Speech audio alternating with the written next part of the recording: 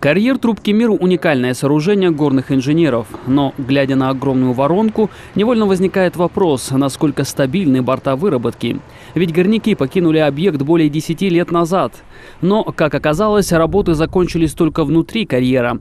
Контроль за бывшим месторождением маркшейдеры и инженеры Алроса не прекращали с самого первого дня стройки. После осуществления проекта сухой консервации наблюдения также не были остановлены и продолжались в течение всего периода консервации, собственно, по сегодняшний день. Последние данные по маркшейдерским пунктам были получены в августе и октябре текущего года.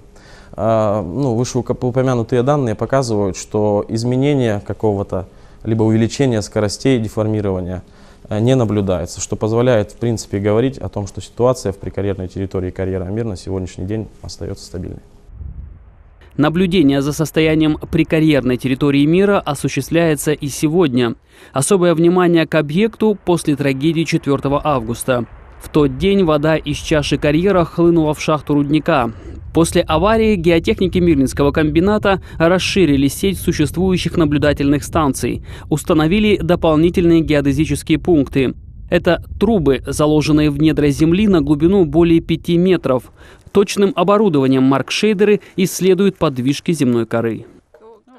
Данные станции были установлены на карьере расширены и на территории города тоже.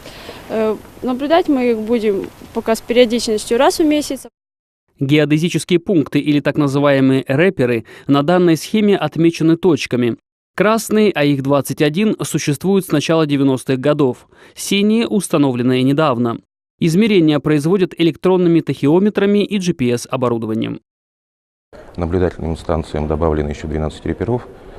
Соответственно, это обеспечивает стопроцентный мониторинг существующей площади вокруг всего карьера. Геотехники Мирнинского комбината также получают информацию со спутников, оснащенных специальными радарами. Данные оцениваются, сравниваются и анализируются и отправляются в специализированный институт. Результаты показывают, аномальных процессов движения Земли в прикарьерной территории нет, а значит, Мирному ничего не угрожает. Роман Муконин, Роман Ларин, Алексей Меркулин, телеканал «Алмазный край».